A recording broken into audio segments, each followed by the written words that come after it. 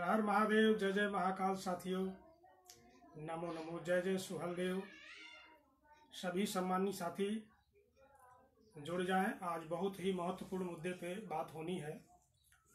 और कल बॉर्डर पे 5 शहीदों की जो शहादत हुई है, जो शहीद हुए हैं, पूरे सुहेलदेव भारतीय समाज पार्टी के तरफ से मैं ब्रजेश राजभर जिला प्रभारी वाराणसी उनको सत सत नमन करता हूं और श्रद्धा सुमन श्रद्धांजलि अर्पित करता हूं। बहुत ही दुखद विषय है साथियों। आज लाइव आने का बहुत ही महत्वपूर्ण मुद्दा है और इसको नज़रअंदाज मत करिएगा। और मैं सभी साथियों से, सम्मानित साथियों से निवेदन करता हूं कि इस लाइव वीडियो को ज़्यादा से ज़्यादा आप लोग शेयर करें। और कुछ सवाल ऐसे हैं कि एकदम दिल को झकझोर देने वाले सवाल हैं, और सवालों में मैं आपसे निवेदन करना चाहूँगा, जितने भी हमारे साथी जुड़ रहे हैं, आप लोगों से निवेदन है कि इसको इतना ज़्यादा से ज़्यादा शेयर करिए कि ये जो आंखें बंद हैं सरकार की, सरकार जो गलत नीतियां अपना रही है, ये मजदूरों, कामगारों, किसानों और जो प्रवासी भारतीयों के खिलाफ इनका जो निर्णय चल रहा है, ये पार्ट 2 पर हम लोग इनके नीति और सिद्धांत के ऊपर कुछ सवालात लेकर के आए हैं। और मैं आपसे निवेदन करना चाहता हूं, 125 करोड़ देशवासियों की आवाज़ बन करके मैं आप लोगों से पूछना चाहता हूं साथियों, ये सवाल करना चाहता हूं। अगर सवाल गलत है तो आप गलत कमेंट करिए, अगर सही है तो सही का भी समर्थन करिए और अपना विचार व्यक्त करिए कि आज के इस महामारी कोरोना के पार्ट 3 लॉकडाउन में सरकार क्या चाहती है, मजदूरों, हिंदू प्रवासी भारतीयों और हिंदुस्तान के सभी देशवासियों के साथ कितनी ईमानदारी और निष्ठा के साथ हमारा देश, हमारी सरकार और केंद्र सरकार और राज्य सरकारें अपना कितना निर्वहन कर रही हैं, और हमारे देश के जो जिम्मेदार नागरिक हैं, नेतागण हैं, कितनी ईमानदारी के साथ अपने देशवासियों के साथ तत्पर हैं। तो साथियों, सर्वप्रथम जितने भी सम्मानित साथी जुड़ गए हैं उनको फिर से मैं नमन करता हूं तहे दिल से कि आप सभी सम्मानित साथी सही वक्त पर आकर के और हमारी बातों को समझेंगे, अपना विचार भी देंगे और अपना सुझाव भी देंगे कि क्या गलत है, क्या सही है। और सरकार की नीतियों पे जो हमको संवैधानिक अधिकार मिला हुआ है, उस अधिकार के तहत मैं कुछ सवालों को लेकर के आपके पास, आपके समक्ष इस लाइव वीडियो के माध्यम से आया हूं।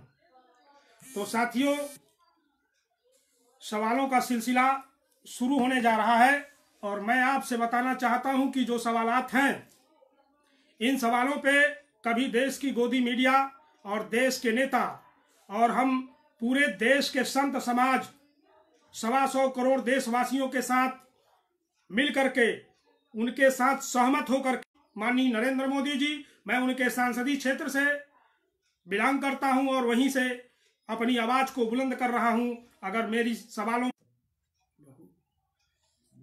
कुछ नेटवर्क के प्रॉब्लम की वजह से आवाजें कट रही हैं सर, और मैं आप लोगों से कहना चाहता हूं कि साथियों, आज जो पोस्ट में डाला हूं सुबह से, उस पोस्ट पे साफ साफ अक्षरों में लिखा हुआ है, शराब वाज विश्वगुरु। आप लोग भी आश्चर्यचकित होंगे कि ये कौन सा मुद्दा है। मुद्दा बहुत महत्वपूर्ण है साथियों। शराब जो जहर है इस देश के लिए, पूरे विश्व और पूरे समाज के लिए, आज इस महामारी के दौर में बहुत ही स्वर्णिम अवसर था सरकार के पास कि इस जहर को अपने देश से हम लोग निकाल के फेंक देते और इसी बहाने हमारे देश का विकास और तरक्की हो जाता। साथियों, शराब वाज विश्वगुरु। तो मैं अपने 125 करोड़ देशवासियों को, जितने साथी सुन रहे हैं, ज्यादा से ज्यादा इसको शेयर करिए। ये यशस्वी राष्ट्रीय अध्यक्ष माननीय ओम प्रकाश राजभर जी का एक मैं छोटा सिपाही, मैं सवाल करना चाहता हूं पूरे देशवासियों से, अपने देश के पूरे संत समाज से, अपने देश के पूरी मीडिया से, अपने देश के पूरे इतिहासकारों से, अपने देश के पूरे बुद्धिजीवियों से, और जो प्रिंट मीडिया है, इलेक्ट्रॉनिक मीडिया है, और इस देश में सभी राजनेताओं से, देश के प्रधानमंत्री, देश के मुख्यमंत्री, देश के रक्षा मंत्री और देश के राज्यपालों से मैं निवेदन करने के लिए आया हूं। शराबवाज विश्वगुरु, जब भाजपा की सरकार हमारे देश में प्रचार प्रसार कर रहे थे, हमारे यशस्वी प्रधानमंत्री माननीय मोदी जी और भाजपा और आरएसएस के लोगों ने कहा कि अपने देश को हमें विश्वगुरु बनाना है। मैं 125 करोड़ देशवासियों की आवाज बनकर के मैं पूछना चाहता हूं ऐसे जिम्मेदार व्यक्तियों से, प्रधानमंत्री, राज्यपाल और मुख्यमंत्री लोगों से, जो भाजपा की सरकार में बैठे हुए जो ये निर्णय लिया है आज उन्होंने कि आज से शराबबंदी पर कोई बंधन नहीं है, शराब आप ले सकते हैं। और आप लोगों ने वीडियो के माध्यम से देखा होगा कि शराब के लिए कैसे सीना छीना झपटी हो रही है पूरे देश में। क्या सोशल डिस्टेंसिंग बरकरार रह सकती है? शराब पी करके कोई शराबी सोशल डिस्टेंसिंग का दायरा बरकरार रख सकता है? ये छुआछूत की बीमारी है मित्रों। ये देश के हमारे नेता, हमारा स्वास्थ्य की जो मंत्री हैं, यहाँ पे डॉक्टर और उनकी पूरी टीम ने ये बताया कि ये छुआछूत की बीमारी है, एक दूसरे से दूरी बना के रहना है। तो हम सरकार में बैठे लोगों से पूछना चाहते हैं कि अगर कोई व्यक्ति शराब पी लिया तो क्या वो सोशल डिस्टेंसिंग बरकरार रख सकता है? क्या शराब इतना जरूरी नहीं था जितना जरूरी आज हमारे देश में गरीबों के लिए भोजन सुविधा, उनको प्रवासी भारतीय जो हमारे दूसरे प्रदेशों में भाई फंसे हुए हैं, परेशान हैं, उनको खाना पीना, पैसा, कोई सुविधा, कोई स्वास्थ्य मुहैया नहीं हो पा रही है। तो इसके लिए मैं आप लोगों से अपील करना चाहता हूं कि साथियों, इस बात का ध्यान रखते हुए मैं ये मुद्दा लेकर के आया हूं। ये मुद्दा मैं लेकर के आया हूं कि शराबवाज विश्वगुरु, हमारे नेताजी यशस्वी प्रधानमंत्री माननीय मोदी जी ने कहा था कि मैं अपने देश को, जिस दिन हमारी सरकार बन जाएगी, हम इस देश को विश्वगुरु बनाएंगे। मैं उनसे पूछना चाहता हूं, मैं अपने प्रधानमंत्री से पूछना चाहता हूं, देश के जो भी जिम्मेदार नागरिक हैं, पूरे संत समाज से पूछना चाहता हूं कि अपनी पक्ष को मजबूती से रखिए, अपने पक्ष को मजबूती से रखिए। बताइए, आज ये 125 करोड़ देशवासियों की आवाज बन करके मैं ब्रजेश राजभर पूछना चाहता हूं कि विश्वगुरु के बनने के लिए क्या शराब पीना जरूरी है? अगर शराब पी करके विश्वगुरु बनना है तो मैं आपके साथ हूं। मैं पूछना चाहता हूं कि जिस राज्यों में शराब बंदी है अपने देश के, उसको भी आप फ्री कर दीजिए, वहां भी शराब बंटवा दीजिए। अगर शराब पी करके आप विश्वगुरु बनाना चाहते हैं इस देश को, तो मैं आपके साथ हूं, पूरे देशवासी आपके साथ हैं। अगर शराब पी करके हमारा देश विश्वगुरु बनने की ओर जा रहा है, अग्रसर है, तो प्रधानमंत्री जी, हम आपसे निवेदन करते हैं कि जिन राज्यों में शराबबंदी अब तक हो चुकी है, वहां आप शराब को फ्री कर दीजिए, वहां भी दुकानें चालू करवा दीजिए, वहां का ठीका पट्टा चालू करवा दीजिए। अगर शराब से अर्थव्यवस्था आपकी बराबर हो सकती है, लेवल हो सकती है, तो मैं आपसे एक सवाल करना चाहता हूं कि आप लोग जैसे कोरोना वॉरियर्स, कोरोना योद्धाओं के लिए आपने थाली ताली और घंटा बजवाया, दिया जलवाए, मोमबत्ती जलवाए, उसी आधार पे मैं आपसे कहना चाहता हूं कि अगर अर्थव्यवस्था हमारी मजबूत होगी शराब पीने वालों से, और शराब की दुकानें खोलने से अर्थव्यवस्था मजबूत होती है, तो मैं आपसे अपील करना चाहता हूं कि उस शराबी भाई जो लाइन में लग करके जो तिड़ बिदिड़ और मारी मारा नोची नोचा कर रहे हैं शराब लेने के लिए, वो वीडियो अपलोड है, आप मेरे भी फेसबुक पे है, आपके सोशल मीडिया पे है, यूट्यूब पे चल रहा है, आप देख लीजिए क्या सोशल डिस्टेंसिंग हो रही है। सोशल डिस्टेंसिंग का पालन ये लोग कर रहे हैं। अगर अर्थव्यवस्था इससे मजबूत हो रही है तो इन शराबी भाइयों के लिए भी आप लोग थाली और ताली बजाने का काम करिए, और शाम को आज शाम होते होते इनके भी याद में दिया जला करके हम लोग थाली ताली और शंख बजाने का काम करेंगे। साथियों, मैं सरकार के उस जिम्मेदार व्यक्तियों से कहना चाहता हूं कि शराब की दुकानें खुल जाने से जो गरीब के घर में रोजी रोटी अन्न नहीं था, जिस गरीब के घर में अन्न नहीं है, उनके खाने के लिए अनाज नहीं है, और ये हमारी सरकार शराब की दुकानों को प्रथम अग्रसर और उसको प्रथम प्राथमिकता दे रही है, तो मैं सरकार से पूछना चाहता हूं, आप बुद्धिजीवी भाइयों से पूछना चाहता हूं कि साथियों, अगर शराब पीने से अर्थव्यवस्था मजबूत हो रही है तो आप मजबूत करिए। अगर शराब पीने से और उनको पिलाने से हमारा देश विश्व गुरु बनता है तो उसको विश्व गुरु बनाइए। लेकिन जिन राज्यों में शराब बंदी है उस राज्यों में आप शराब को शुरू कर दीजिए, वहां भी ठीका पट्टा दे करके, और हम लोग शराब पी पी करके अपने देश को विश्व गुरु बना देंगे। हम भी मजबूत करेंगे। और आजीवन मैं शराब नहीं पिया था, लेकिन अगर प्रधानमंत्री मोदी जी का अगर बयान आता है कि शराब पीने से हमारा देश विश्व गुरु बन जाएगा तो हम भी शराब पीने के लिए तैयार हैं। साथियों, शर्म आनी चाहिए, शर्म आनी चाहिए ऐसे बयानों पे। घर का गृह कलेश, एक गृहिणी से पूछिए, उस गरीब मां से, उस गरीब बहन से, उस गरीब लोगों से जाकर के पूछिए कि शराब से कितना देश का नुकसान होता है, शराब पीने से घर में कितनी गृह कलेश होती है कि वो शराबी भाई अपने शराब के चक्कर में अपने गरीब बच्चों के लिए अन्न रोटी फल फ्रूट सब्जी नहीं लाता है, लेकिन वो शराब पी करके आके घर में मारपीट करता है, गाली गलौज करता है, गाड़ी अनियंत्रित चलाता है, एक्सीडेंट बढ़ जाता है। और वो शराब पी करके पूरा जो सोशल डिस्टेंसिंग की आप लोगों ने मुहिम बनाई है, उस पूरे सोशल डिस्टेंसिंग को दूर कर देंगे। मैं अपील करना चाहता हूं मोदी जी से, सरकार में बैठे जिम्मेदार व्यक्तियों से, कि आपसे मैं कहना चाहता हूं कि ये गृहिणी की आवाज को सुनने की कोशिश करिए। ये गृहिणी, ये माँ क्या कह रही है, आप सुनिए। नमस्कार, मैं रूमा देवी सरकार से अनुरोध करती हूँ कि आज लॉकडाउन के साथ शराब की दुकानें खोलने का जो निर्णय लिया है, ये हम महिलाओं के लिए चिंताजनक है। इससे घरेलू हिंसा ज्यादा बढ़ेगी। जिनके पास ठीक से घर चलाने के लिए पैसे नहीं है, वो जाकर शराब पियेंगे और फिर घर में जाकर बीवी बच्चों, वो माँ बाप के साथ में लड़ाई झगड़ा, वो मारपीट करेंगे। एक आम महिला पर जो गुजरेगी, क्या उसकी चिंता सरकार करेगी? साथियों, मैं ये कहना चाहता हूं कि इस गृहिणी माँ जो बहन ने अभी जो बयान दिया है, क्या मोदी जी, क्या जिम्मेदार व्यक्ति जो सरकार में बैठे लोग हैं, क्या उनका जवाब दे सकते हैं?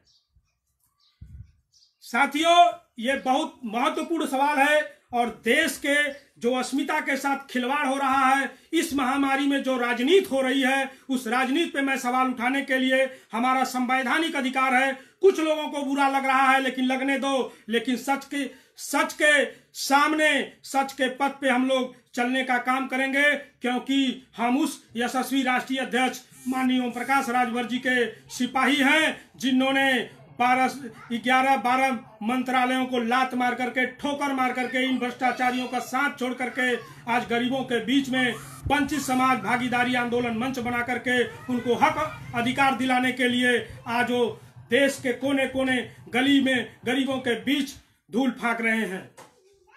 हम गर्व करते हैं ऐसे महापुरुष के जो हम सिपाही हैं। साथियों, मैं पूछना चाहता हूं सरकार से, सरकार ने कहा, एक गाइडलाइन जारी किया कि सार्वजनिक जगह पे थूकना मना है। बहुत अच्छी बात है। थूकने से कोरोना जैसी महामारी, नाना प्रकार की बीमारियां बढ़ेगी। लेकिन मैं सरकार के उस जिम्मेदार व्यक्तियों से पूछना चाहता हूं, अपने देश के प्रधानमंत्री से पूछना चाहता हूं कि प्रधानमंत्री जी, क्या गुटखा और पान की दुकानें खुलवा दिए? उनको परमिशन मिल गया, तो गुटखा और पान जो खाएगा तो कहां थूकेगा?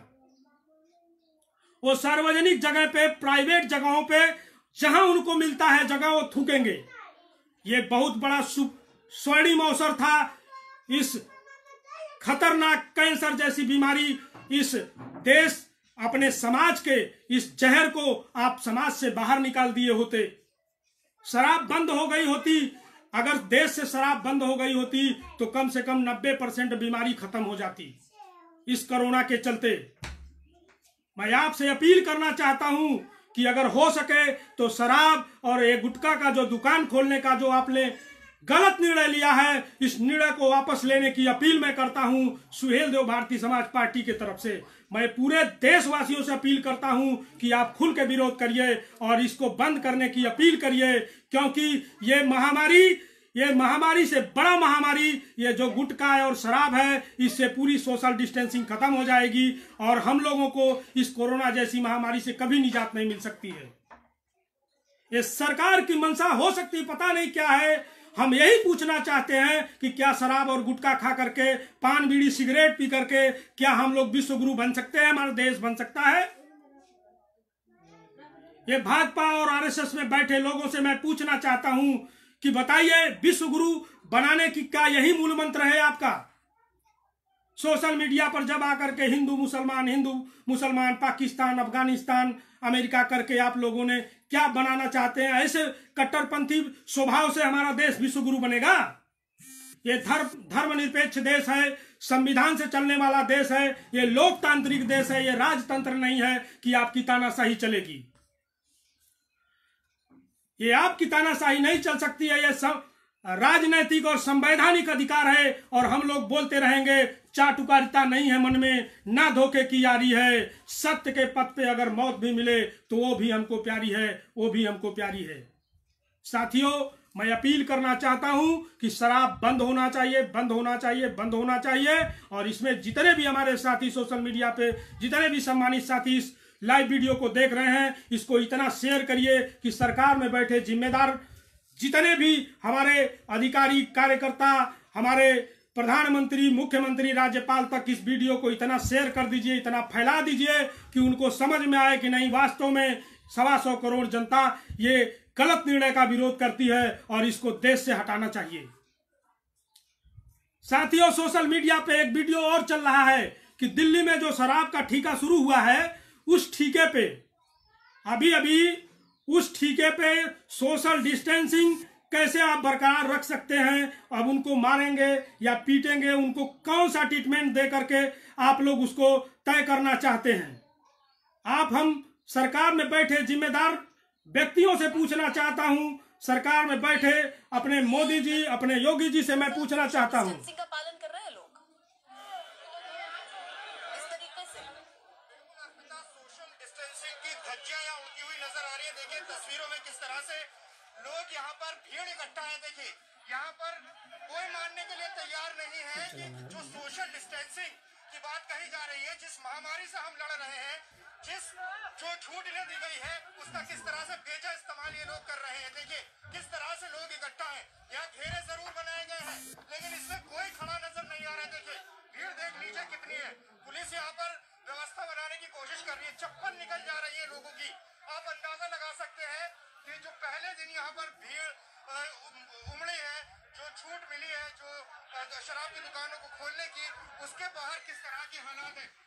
साथियों, देश बहुत ही गलत रास्ते पर चल दिया है। सोशल डिस्टेंसिंग खत्म हो गई है। कोरोना जैसी महामारी पर हमारे देश के जो राजनेता बैठे हुए हैं, वो ईमानदारी के साथ देश के हित में नहीं है। मैं ये डंके की चोट पे सीना ठोक के कहना चाहता हूं, इनकी मानसिकता कहीं ना कहीं गलत है। ये गरीबों के साथ अन्याय करना चाहते हैं और अन्याय कर रहे हैं। साथियों, ये बहुत ही स्वर्णिम अवसर था कि हमारे देश से ये कैंसर दूर हो जाता, लेकिन नहीं हो पा रही है। मैं एक शेर के माध्यम से कहना चाहता हूं कि कलियां गिर पड़ी शाखों से टूटकर, कलियां गिर पड़ी शाखों से टूटकर, जैसे भरा जाम दारू का, जैसे भरा जाम हाथों से छूटकर। कलियां गिर पड़ी शाखों से टूटकर, जैसे भरा जाम हाथों से छूटकर। अरे वो क्या करेंगे गुलशन की हिफाजत, जो बन बैठे बागवां खुद गुलशन को लूटकर, खुद गुलशन को लूटकर। साथियों, मैं आपसे अपील करना चाहता हूं कि ये गहराई से इसको सोचिए, इसको समझने की कोशिश करिए कि हमारे देश के साथ ये बहुत बड़ा अन्याय होने जा रहा है। इसके खिलाफ आवाज उठाने की जरूरत है, इसके खिलाफ आवाज उठाने की जरूरत है। जब तक आवाज नहीं उठाएंगे, ये बंद आंखें, एक काली पट्टी जो सरकार के ऊपर पड़ी है, ये वास्तव में अपने देश का भला नहीं चाहती है। कल आपने सुना होगा जब लॉकडाउन पार्ट 3 आ गया, लॉकडाउन पार्ट 3 में एक गाइडलाइन आती है और हमारे देश के सेना के अध्यक्ष जो चीफ हैं जनरल रावत जी, बिपिन रावत, उनके द्वारा एक गाइडलाइन आती है कि सेना के जवान लड़ाकू विमान, हेलीकॉप्टर से जो कोरोना वॉरियर हैं, कोरोना के जो योद्धा हैं, उनका स्वागत करेंगे। वाह, ताली बजा के स्वागत करिए, बहुत अच्छा गाइडलाइन दी है आपने। मैं सरकार में बैठे उन नेताओं से पूछना चाहता हूं कि अब सेना के साथ भी खिलवाड़ हो रहा है। बहुत दुखद विषय है। कल के ही दिन सेना के जवान हेलीकॉप्टर, लड़ाकू विमान से अपने देश में कोरोना योद्धाओं के लिए फूल बरसा रहे थे। उस समय बॉर्डर पे आतंकवादी हमारे कुछ सेनाओं की टोलियों पे गोले और बारूद बरसा रहे थे।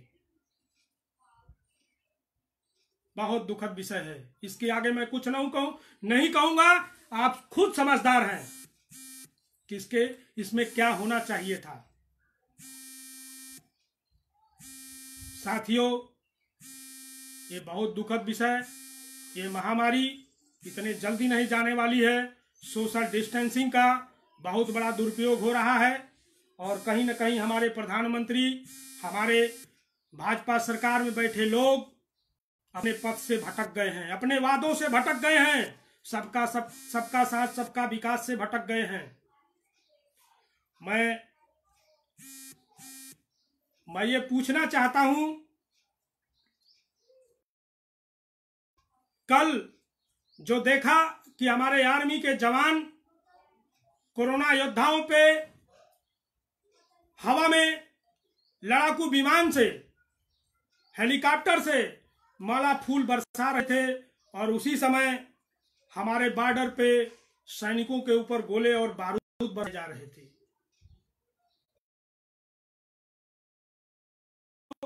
कहीं न कहीं बहुत बड़ी चूक हुई है। अरे उन कोरोना योद्धाओं को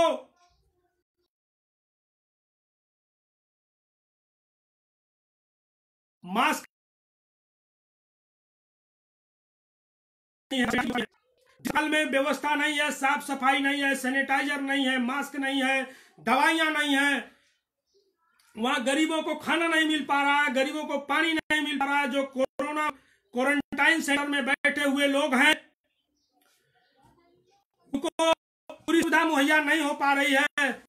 शायद हजारों करोड़ रुपया हेलीकॉप्टर और वायुयान के द्वारा जो गुलाब की बरसात करवा रहे थे, ये पैसा अगर उन गरीबों के बीच लग जाता, जो गरीब माँ अपनी बच्ची को गोद में लिए और एक हाथ में बैग लिए बंबई से बनारस के लिए चल दी है, हो सकता था उसके लिए कोई सुविधा, कोई खाना पीने का पैकेट, और हो सकता है उसके लिए कोई सवारी उपलब्ध हो गई होती, तो शायद इस देश का बहुत भला हो गया होता।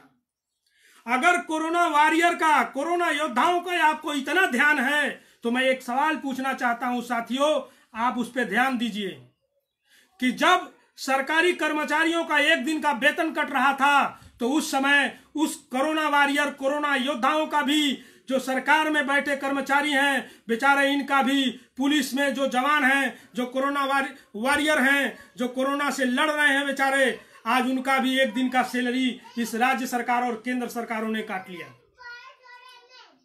इनको मिल रही जो भत्ता की जो पूंजी थी, जो भत्ता में पैसा मिल रहा था, उसको काट लिया गया। अरे बिजली विभाग के कर्मचारी चल ही रहे हैं मैदान में, जल निगम विभाग के कर्मचारी चल ही रहे हैं, ड्यूटी कर रहे हैं, पुलिस के जवान ड्यूटी कर ही रहे हैं, डॉक्टर, नर्स और सफाई कर्मी, ये जो मुख्य रूप से जो जिनकी ऑन ड्यूटी है, मैं अपील करना चाहता हूं सरकार से कि कम से कम हो सके तो इनका एक दिन का जो वेतन आप लोगों ने काटा है वो एक दिन का वापस कर देते तो कोरोना योद्धाओं और वॉरियर के लिए ये फूल से बड़ा योगदान होता।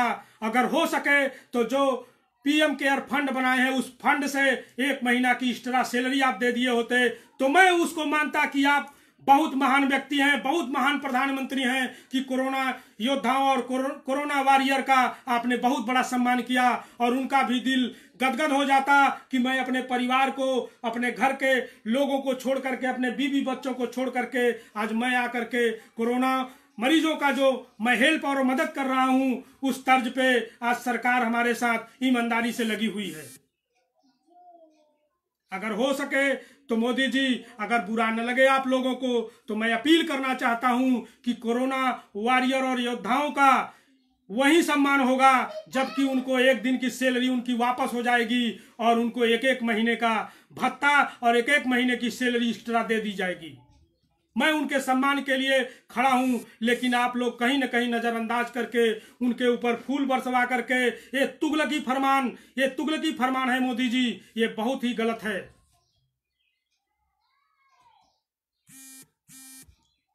साथियों, तीसरा मुद्दा ग्रीन जोन। सरकार ने गाइडलाइन दिया कि ग्रीन जोन में पहला जो गाइडलाइन आया शराब बेचने का और ठेका पट्टा खोलने का ग्रीन जोन में खुलेगा। ये ग्रीन जोन का क्रोनोलॉजी मैं आपको समझाने जा रहा हूं। पूरे विश्व में सिग्नल पे जब आप खड़े होंगे रोड के तो ये 3 जोन बनाया गया है। पूरे विश्व में चलता है, किसी भी देश में आप चले जाओ, अपने भी देश में ये था। अभी ये कोरोना की महामारी में कुछ चेंजिंग हुआ है, आप लोग ध्यान नहीं दिए हैं, मैं ध्यान दिलाना चाहता हूं और आप लोगों से अपील करना चाहता हूं कि इस क्रोनोलॉजी को समझने की कोशिश करिए। अगर ये गलत होगा, ये गलत साबित होगा तो मैं राजनीति छोड़ने के लिए तैयार हूं, लेकिन सरकार के लोगों से मैं पूछने के लिए आज तत्पर हूं। 125 करोड़ देशवासियों की तरफ से मैं पूछने के लिए आज आया हूं साथियों, कि मैं पूछना चाहता हूं कि ग्रीन जोन, रेड जोन और येलो जोन ये पूरे विश्व में अभी तक आप लोग 3 महीना पहले से आप तो सुन रहे होंगे कि 3 जोन है हमारे पूरे देश में, पूरे विश्व में। लाल बत्ती, हरी बत्ती और पीली बत्ती। इसको हिंदी में लाल, हरा और पीला बोलते हैं और उसको अंग्रेजी में ग्रीन जोन, रेड जोन और येलो जोन बोलते हैं। अभी भी पूरे विश्व में बरकरार है, लेकिन आज हमारे देश में एक जोन बदल गया है। ग्रीन जोन, रेड जोन के बीच में जो येलो जोन आता था उसको ऑरेंज जोन कर दिया भाजपा के लोगों ने। आप ध्यान दीजिएगा इस बात को, ऑरेंज जोन बोल दिया, बना दिए लोग, सिस्टम बन गया है। तो मैं अपील करना चाहता हूं देश में बैठे जिम्मेदार नागरिकों से, मोदी जी से, कि अच्छा ये बताइए कि अंग्रेजी में उसको बोलेंगे ग्रीन जोन, ऑरेंज जोन और रेड जोन। ये मेरा हिंदुस्तान है, हिंदू भाषियों का देश है, तो इसको हिंदी में क्या बोलेंगे? ग्रीन जोन को तो हरा एरिया बोल दिया जाएगा कि ये हरा है, रेड जोन को लाल बोल दिया जाएगा, लेकिन ऑरेंज जोन को ही हिंदी में क्या बोलेंगे? भाजपा सरकार में जिम्मेदार नागरिकों से, जिम्मेदार प्रधानमंत्री, मुख्यमंत्री, राष्ट्रपति, राज्यपाल, जितने भी जिम्मेदार नेता प्रधानमंत्री हैं, मैं सबसे पूछना चाहता हूं कि ये ऑरेंज जोन को हिंदी में क्या बोलेंगे आप? इस पीले रंग को आपने निकाल करके ऑरेंज बना दिया, तो ऑरेंज का हिंदी होता है, बचपन में हम लोगों ने पढ़ा है कि संतरा होता है, एक फल होता है संतरा। अब लाल, हरा और बीच में संतरा आ गया। अब मैं भाजपा के लोगों से पूछना चाहता हूं कि इस संतरे को संतरा ही हिंदी में कहेंगे कि इसको भगवा कहेंगे? देखिए, ये क्रोनोलॉजी है साहब, आप लोग समझने की कोशिश करिएगा। मेरे मन में ये विचार आया कि ये ऑरेंज कहां से आ गया। अगर ऑरेंज को हिंदी में संतरा कहेंगे तो भाजपा और सरकार में बैठे लोगों को हम ये पूछना चाहते हैं कि उसको संतरा ही कहेंगे कि उसको भगवा कहेंगे आप। अब लाल बत्ती पे हम लोग खड़े होंगे तो वहां पीली बत्ती नहीं आएगी, ये ग्रीन के बाद ऑरेंज आ जाएगा, ऑरेंज के बाद हरी आ जाएगी, रेड आ जाएगी, लेकिन ये ऑरेंज को हिंदी में कैसे परिभाषित करेंगे? धन्य है प्रभु, बारे सरकार में बैठे लोग नाम बदलते बदलते आपने कलर भी बदल दिया और दुनिया को पता भी नहीं चला। बहुत बहुत धन्यवाद बारे सरकार के लोग। और मैं योगी जी से पूछना चाहता हूं, हमारे उत्तर प्रदेश के मुख्यमंत्री जी, एक सवाल आपसे छोटा सा, कि योगी जी का कहना है कि हम इस राज्य में, इस पूरे देश में राम राज्य ला देंगे। वाह, हम भी भगवान राम के उपासक हैं, हम भी हिंदू हैं। एक सवाल मैं पूछना चाहता हूं, आरएसएस और भाजपा के लोग, हिंदू बजरंग दल, हिंदू युवा वाहिनी के लोग सोचते हैं केवल हम ही हिंदू हैं। भाई साहब, हम लोग भी हिंदू हैं। आपके भाषा में हिंदू की क्या परिभाषा है वो हम नहीं समझ सकते हैं, लेकिन हमारी परिभाषा अलग है। मैं आपकी परिभाषा को थोड़ा सा संक्षेप में बताना चाहूंगा, और ये मुद्दा वो नहीं है, कभी आऊंगा तो इस मुद्दे पे भी बात करूंगा आपसे, कि हम लोग अहिंसा के पुजारी हैं और आप लोग कहीं न कहीं हिंसा के पुजारी हैं। आपको कहीं न कहीं हिंदू मुसलमान, हिंदू पाकिस्तान, हिंदुस्तान पाकिस्तान करना है। अगर आपके भाषा में हिंदुत्व की परिभाषा मुसलमानों का विरोध करना, मुसलमानों को पाकिस्तान भगाना, तो ये हमारी परिभाषा नहीं है, उस कैटेगरी के हम हिंदू नहीं हैं। हमारी वो परिभाषा है कि हम भाईचारा को लेकर के चलते हैं, और हम, अगर आप मानो तो हम वेद और पुराणों को लेकर के चलते हैं, और हम लोग अहिंसा के पुजारी हैं, हम गांधी के पुजारी हैं, हम गोडसे के पुजारी नहीं हैं। वो अलग बात है कि जो गोडसे के पुजारी हैं, 2 अक्टूबर जब गांधी जयंती आती है तो घड़ियाली आंसू लेकर के आंख में चले जाते हैं और रो रो करके घड़ियाली आंसू के साथ माल्यार्पण करके चले आते हैं, उनकी मजबूरी है। लेकिन साहब, कहीं न कहीं इंसानियत ही सबसे बड़ा धर्म है, और मैं आपसे अपील करना चाहता हूं कि हिंदू मुसलमान, हिंदुस्तान।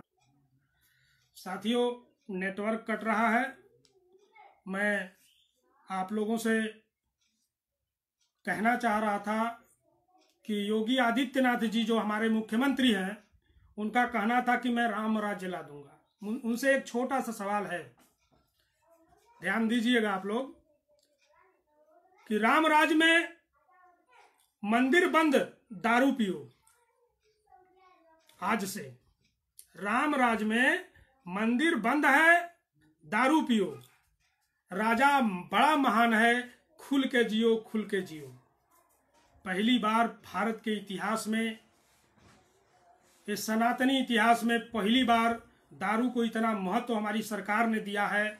हम लोग तो बड़े खुश थे कि आज इसी बहाने सरकार पूरे देश से दारू को बंद कर देगी, गुटखा, पान मसाला, बीड़ी, सिगरेट को बंद कर देगी। इस पे बड़ा बड़ा एडवर्टाइजिंग लिखा होता है कि इसको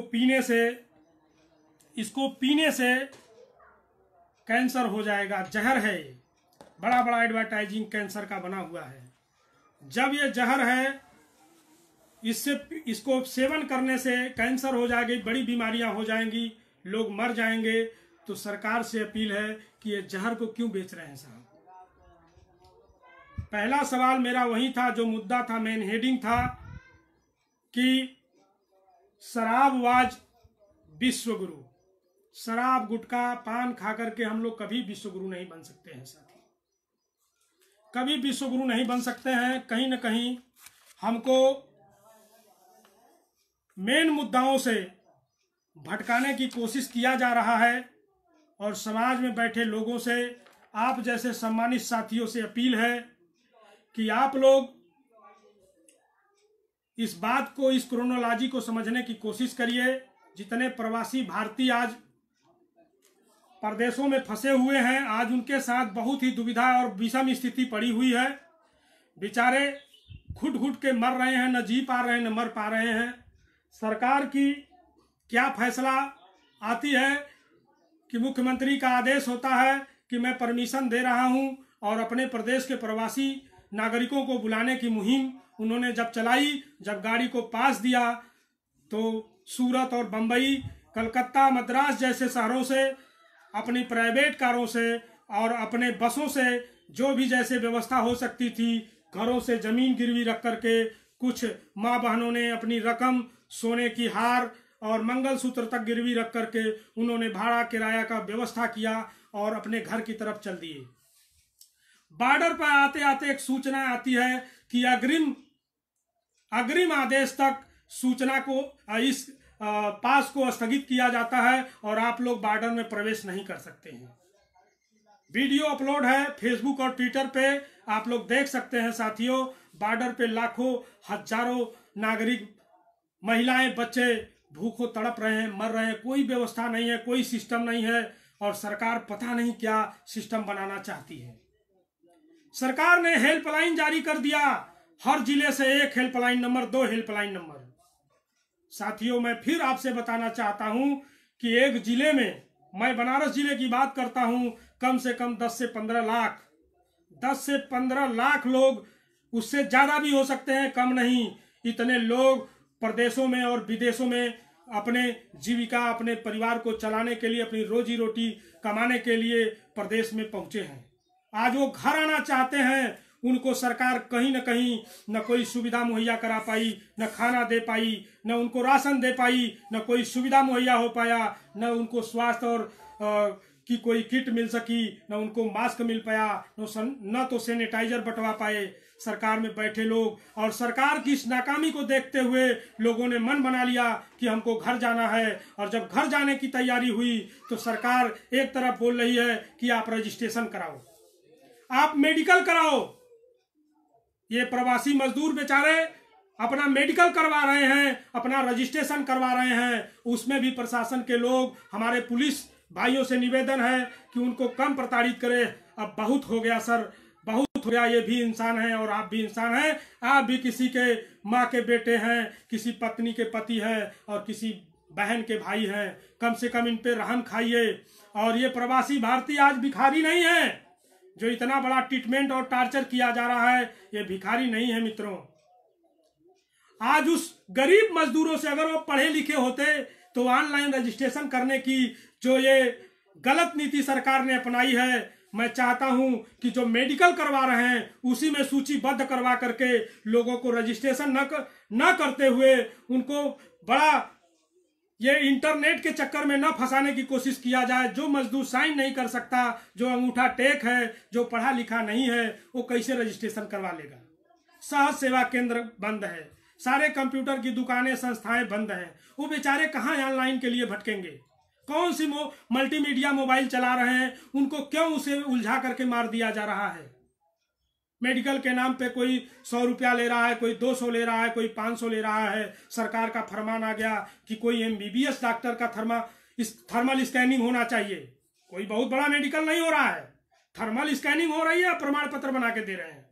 थर्मल स्कैनिंग में आप बताइए कि 100 से 200 500 रुपया आप उन गरीब मजदूरों से ले रहे हैं जिनके पास रोटी बनाने की, अनाज खरीदने की और अपने लिए दवाई लाने की पैसा नहीं है। वो खत्म हो चुका है। रोज कुआं खोदना, रोज पानी पीना, रोज कुआं खोदना, रोज पानी पीना, जिनका रोज का ये काम था, रोज की दिनचर्या थी, आज वो बेचारे भूखों मर रहे हैं। गरीब वो अपने घर से पैसा मंगा रहे हैं, अपना सोना चांदी रकम बेच करके किसी तरह से व्यवस्था बना रहे हैं। आज कल बॉर्डर पे एक सोशल मीडिया में एक वीडियो अपलोड हुआ कि भैया हम लोग 55-56 हजार रुपया जुटा करके बस की सेवा करके हम लोग बॉर्डर पे आए और बस यहाँ रुकवा दिया गया, बॉर्डर में एंट्री नहीं मिली और हम लोग 3 दिन से यहाँ भटक रहे हैं। कोई 10 दिन पैदल चल करके बॉर्डर पे पहुंचा है, उसको मार करके प्रशासन के लोग खदेड़ दे रहे हैं कि बॉर्डर के अंदर एंट्री नहीं है। सरकार में बैठे लोगों से, प्रधानमंत्री जी आज पार्ट 3 लॉकडाउन में आपको आने की जरूरत थी और शराब के बारे में आपको बोलने की जरूरत थी। अगर हिम्मत है, अगर ये सही है, ये सच है, तो हमारे देश के प्रधानमंत्री, गृह मंत्री या मुख्यमंत्री नहीं तो राष्ट्रपति को ये बात बोलवा दिए होते कि नहीं, शराब के दुकान खुलेंगे और सोशल डिस्टेंसिंग भरपूर बना रहेगा, बरकरार रहेगा इस देश में, और हम इस महामारी, कोरोना जैसी महामारी से निजात पा जाएंगे। कुछ नहीं, बस खाली एक गाइडलाइन जारी होता है और मोदी जी चुप मार के मूक दर्शक बने हुए हैं।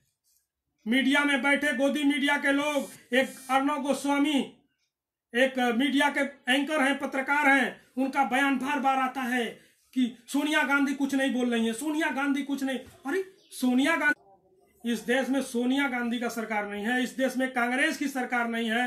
एंकर महोदय, गोदी मीडिया के लोगों, इस देश में हमारे यशस्वी प्रधानमंत्री मोदी जी की सरकार है और मोदी जी जो कहेंगे वो होगा। जब किसी मुद्दे पे मोदी जी नहीं बोल रहे हैं, हमारे गृह मंत्री, हमारे रक्षा मंत्री नहीं बोल रहे हैं, सोनिया गांधी से आप सवाल करने के लिए जबरदस्ती क्यों लड़ रहे हो वहां जाकर के? आज सोनिया गांधी जी का तो बयान आ गया, उनका बयान तो आ गया कि जो गरीबों से पैसा रेलवे विभाग ले रही है उस पैसे को हम देने के लिए तैयार हैं। इस ऐसी महान महिला, ऐसी महान नेतृत्व को आप लोग उंगली दिखाते हो और गलत गलत शब्दों से बयान करते हो, जिसके पति, जिसके परिवार, जिसके खानदान ने इस देश के लिए बहुत बड़ी आहुति दी, जिससे अपना देश 2 प्रधानमंत्री खो दिया, उस परिवार से आज उस परिवार पे इतनी बड़ी उंगलियां उठाई जा रही है। धन्य हो महिला, धन्य हो महापुरुष।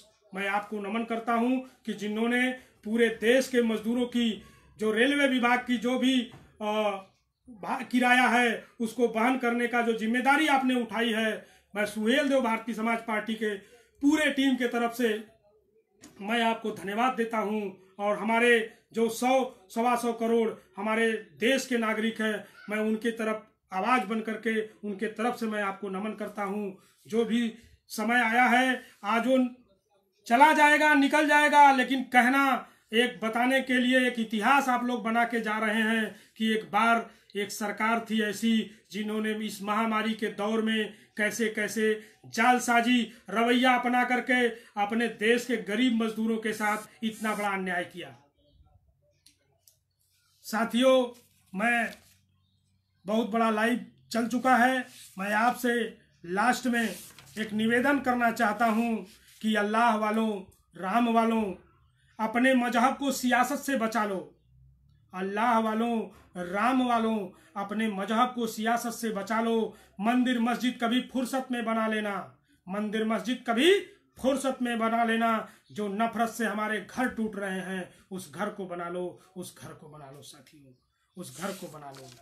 और इस प्रवासी भारतीय, जो भी हमारे प्रवासी भारतीय भाई इस लाइव वीडियो को देख रहे हैं, मैं आपसे अपील करना चाहता हूं कि आप लोग घबराइए नहीं, आप लोग घबराइए नहीं। सरकार की इन गलत नीतियों को हम लोग मजबूर कर देंगे उनको सही नीति अपनाने के लिए, और आपको हर हालत में आपके घर उनको पहुंचाना होगा। और हमारे यशस्वी राष्ट्रीय अध्यक्ष, गरीबों, किसानों, कमेरों, शोषितों, वंचितों के मसीहा माननीय ओम प्रकाश राजभर जी ने वो मुहिम छेड़ी है और उन्होंने कहा है कि जब सरकार अपनी सारी योजनाओं से फेल है, जब सरकार अपनी सारी योजनाओं से फेल है तो सारी योजनाओं को बंद कर दे, सारी योजनाओं को बंद कर दे।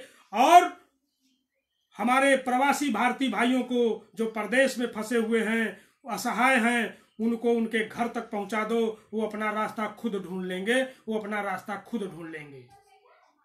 साथियों, ये जो दौर चल रहा है, इस महामारी के दौर में अपनी आवाज को बुलंद करिए। चट्टी चौराहों पे अपने बातों को मजबूती से रखने की कोशिश करिए और कुछ चाटुकारों के बात को मत सुनिए और उनसे अपनी बातों को मजबूती से रख करके उनसे रिक्वेस्ट करिए कि ये जो चश्मा लगा है अंधभक्ति का, इस चश्मा को उतार के देखिए, इंसानियत का चश्मा लगा लीजिए और उनसे कहिए कि इस जोर जुल्म के साये में, इस जोर जुल्म के साये में जुबा खोलेगा कौन, इस जोर जुल्म के साये में जुबा खोलेगा कौन? अगर हम भी चुप रहे तो इन भ्रष्टाचारियों के खिलाफ बोलेगा कौन? इन भ्रष्टाचारियों के खिलाफ बोलेगा कौन? बहुत बहुत धन्यवाद साथियों, आप लोगों ने इतना महत्वपूर्ण समय दे करके जो इस लाइव वीडियो को देखने और शेयर करने का जो स्वर्णिम अवसर हमको दिया है, अपना आशीर्वाद, प्यार और दुलार दिया है, इसके असली हकदार जो हमारे यशस्वी राष्ट्रीय अध्यक्ष माननीय ओम प्रकाश राजभर जी हैं। और मैं अपने नेताजी से करबद्ध चरण वंदन करता हूं कि आपने ऐसा हमको बना दिया, ऐसा हमको अवसर दे दिया कि हम सौभाग्यशाली हैं कि आज इस बनारस की धरती से सुहेल देव भारतीय समाज पार्टी के जिला प्रभारी होने के नाते, आपका शिष्य होने के नाते अपने देश की आवाज़ बुलंद करने का हमको जो अवसर मिला, ये पूरी की पूरा श्रेय, पूरी देन हमारे सुहेल देव भारतीय समाज पार्टी को जाती है, हमारे यशस्वी राष्ट्रीय अध्यक्ष जी को जाती है, हमारे अरविंद भैया को जाती है, हमारे अरुण भैया को जाती है, हमारे पूरे राष्ट्रीय कमेटी को जाती है, और हमारे नेता हैं गार्जियन स्वरूप, सबको ये बहुत बहुत धन्यवाद। जय सुहेलदेव, हर हर महादेव मित्रों, जय जय महाकाल। और इस बात से, इस डिबेट से जिस भी व्यक्ति को, जिस भी हमारे सम्मानित साथी को बुरा लगा हो, मैं उसके लिए करबद्ध प्रार्थना करता हूं कि आप उस बात को दिल से निकाल लीजिए। हमारी वो धारणा नहीं है कि आपके दिल को ठेस पहुंचाए। किसी महापुरुष ने एक हमारा वक्तव्य अगली वीडियो में गया था और कुछ भाइयों को बुरा लग गया था। जाते जाते मैं उस बात को भी क्लियर करते जाना चाहता हूं साथियों कि कुछ भाइयों को बुरा लग गया था जो भाजपा में बैठे या उससे प्रेरित लोग हैं, और उनको कुछ ऐसा बुरा लग गया कि भाई हम लोग सोशल डिस्टेंसिंग के तहत गरीबों के बीच में जा रहे हैं। तो मैं निवेदन करना चाहता हूं साथियों, जितना गरीबों का मदद कर सकते हो करिए। इससे बड़ा दान दुनिया का कोई दान नहीं है। आप दान करिए, लेकिन किसी महापुरुष ने कहा है कि दाहिने हाथ से दान किया हुआ इतना दान करो कि बाएं हाथ को खबर नहीं लगनी चाहिए। दाहिने हाथ से दान करो, इतना दान करो कि बाएं हाथ को खबर नहीं लगनी चाहिए। और आप खुद समझदार हैं साथियों, और इससे ज्यादा मैं कुछ भी नहीं कहूंगा। जय जय सुहेलदेव, हर हर महादेव, जय जय महाकाल, जय जय महाकाल। ओम प्रकाश राजभर जिंदाबाद, ओम प्रकाश राजभर जिंदाबाद। बहुत बहुत धन्यवाद। जय हिंद, जय भारत।